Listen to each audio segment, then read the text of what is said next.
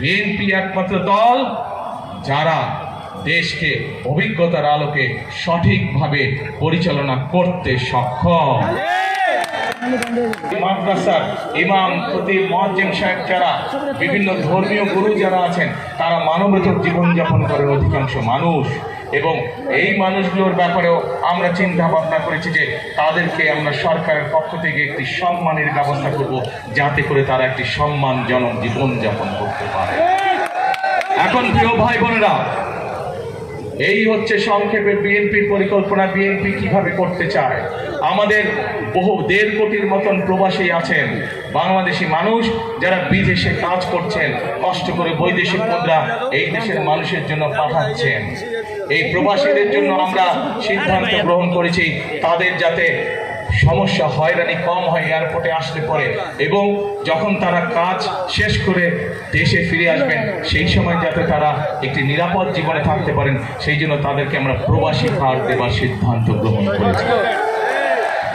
প্রিয় ভাই বোনেরা, এইগুলো হচ্ছে বিএনপির পরিকল্পনা। এরকম আরো পরিকল্পনা আমাদের রয়েছে। এই পরিকল্পনাগুলোর মূল লক্ষ্য এবং উদ্দেশ্য হচ্ছে এই দেশের মানুষের ভাগ্যের পরিবর্তন করা, এই দেশের ভাগ্যের পরিবর্তন করা।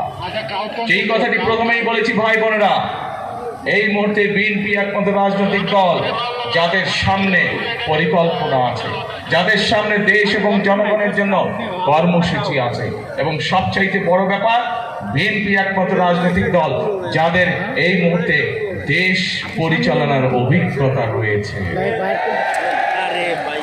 শহীদ রাষ্ট্রপতি জিয়াউর রহমান যে সময় দেশ পরিচালনা করেছিলেন, উনি দুর্ভিক্ষ কবলিত একটি দেশে খাদ্য উৎপাদন বৃদ্ধি দ্বিগুণ করেছিলেন, এবং শুধু তাই নয়, সেই খাদ্য উৎপাদন দ্বিগুণ করে উনি বিদেশে পর্যন্ত খাদ্য রপ্তানি করেছিলেন।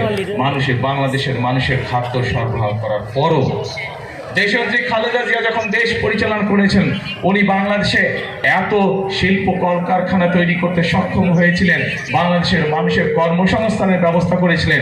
বিদেশের সকল পত্রিকা তখন বলতে বাধ্য হয়েছিল বাংলাদেশ হচ্ছে একটি এমার্জিং টাইগার।